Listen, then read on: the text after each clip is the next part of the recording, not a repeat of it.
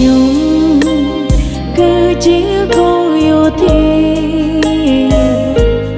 ខំពុះពៀដើម្បីការពារជាតិសិទ្ធិត្រូវឆ្លៀនពៀនទាំងយកអត្រាត្រាក្រុមល្បែងស្នៀតដើម្បីវាទីដោយនរដ្ឋា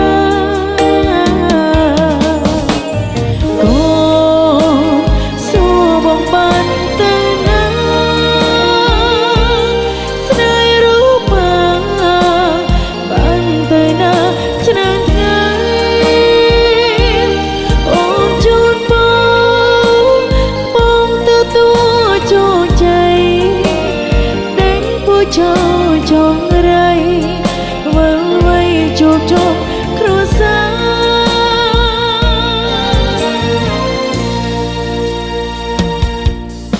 ររូបអូ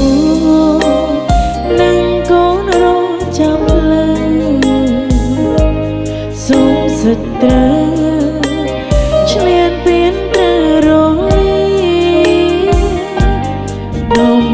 ណាកានីអូនមិនជ្រាយជូនបងស្វៀងនាំជោគជ័យជូនជាខែមរា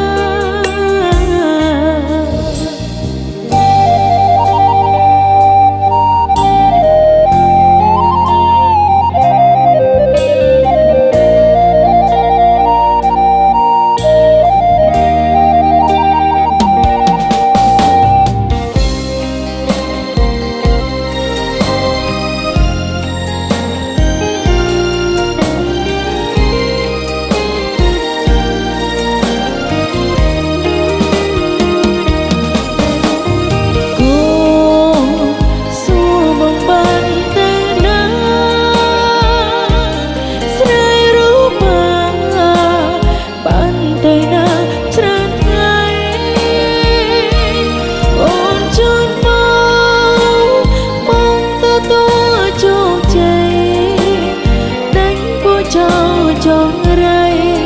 ធ្វើໄວជួបជុំគ្រួសា